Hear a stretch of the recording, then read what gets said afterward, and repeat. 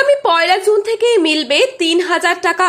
অন্নপূর্ণা ভান্ডার প্রকল্পে আবেদন করলেই প্রত্যেক পশ্চিমবঙ্গের মহিলারা নিজেদের ব্যাংক অ্যাকাউন্টে পেয়ে যাবেন ৩,০০০ টাকা করে এবং পুরুষরাও যুবশক্তি প্রকল্পে আবেদন করার মাধ্যমে প্রতি মাসে মাসে ৩,০০০ টাকা করে নিয়ে যেতে পারবেন নিজেদের ব্যাংক অ্যাকাউন্টে।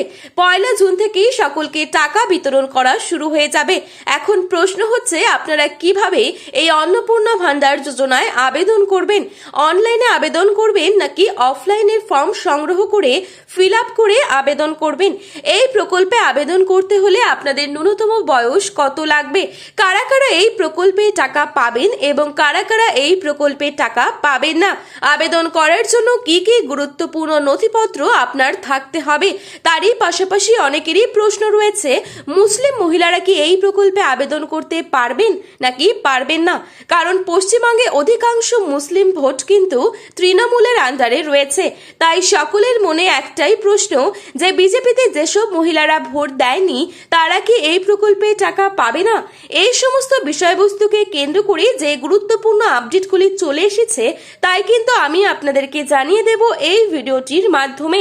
তাই ভিডিওটিকে স্কিপ না করে অবশ্যই শেষ পর্যন্ত মনোযোগ সহকারে দেখবেন এবং প্রতিদিন গুরুত্বপূর্ণ প্রকল্পের আপডেটগুলি এরকমই পেতে হলে আমাদের ইউটিউব চ্যানেলটিকে সাবস্ক্রাইব করে পাশে থাকা বেল আইকনটিকে প্রেস করে রাখবেন, যাতে করে আমাদের দেয়া নতুন কোনো ভিডিওর আপডেট আপনার কাছে সবার প্রথমেই পৌঁছে যায়। প্রথমেই আমরা জেনে নিচ্ছি আপনারা কিভাবে এই প্রকল্পে আবেদন করবেন।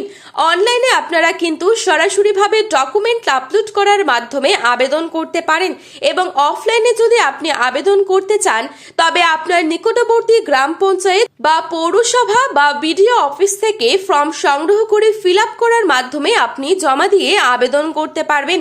তো কারা কারা এই প্রকল্পে আবেদন করতে পারবেন? প্রথমত আপনাকে পশ্চিমবঙ্গে স্থায়ী বাসিন্দা হতে হবে। দ্বিতীয়ত আবেদনকারীকে একজন মহিলা হতে হবে।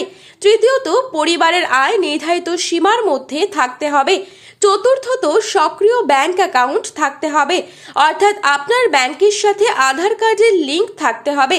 তারই পাশাপাশি আপনার ব্যাংক অ্যাকাউন্টে যাতে ডিভিডি লিংক থাকে, তাহলে কিন্তু আপনি এই প্রকল্পে টাকা পাবেন।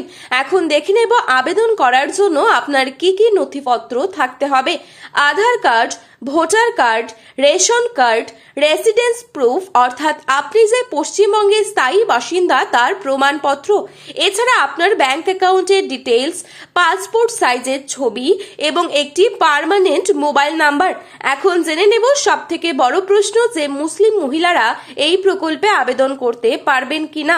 যেসব মুসলিম মহিলারা আগে লক্ষ্মীর ভান্ডার প্রকল্পের আওতায় প্রতি মাসে ১৫০০ টাকা অথবা ১৭০০ টাকা করে পেতেন, তারা সকলে কিন্তু এই অন্নপূর্ণা ভান্ডার যোজনায় ৩,০০০ টাকা করে পাবেন। কিন্তু যারা যারা নতুন করে আবেদন করবেন তাদেরকে কিন্তু প্রত্যেকটি শর্ত মানতে হবে।